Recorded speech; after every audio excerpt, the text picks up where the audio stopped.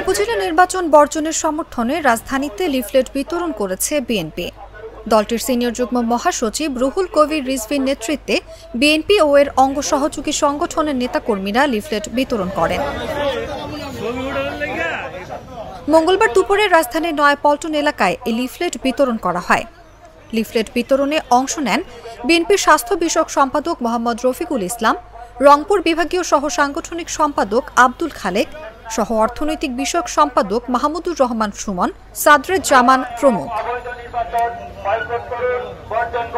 এছাড়াও যুবদলের সাহিত্য ও প্রকাশনা সম্পাদক মেহবুব মাসুম শান্ত, ছাত্রদলের কেন্দ্রীয় সহ সভাপতি তারিকুজ্জামান তারেক, ওমর ফারুক কাউসার, যুগ্ম সাধারণ সম্পাদক তৌহিদুর রহমান আওয়াল, ঢাবি ছাত্রদলের সাবেক সাংগঠনিক সম্পাদক মাসুদুর রহমান মাসুদ, সিনিয়র যুগ্ম সম্পাদক মমিনুল ইসলাম জিসান, যুগ্ম সম্পাদক রাজু আহমেদ, তিতুমির কলেজ ছাত্রদলের সাধারণ সম্পাদক ইমাম হোসেন প্রমুখ উপস্থিত ছিলেন।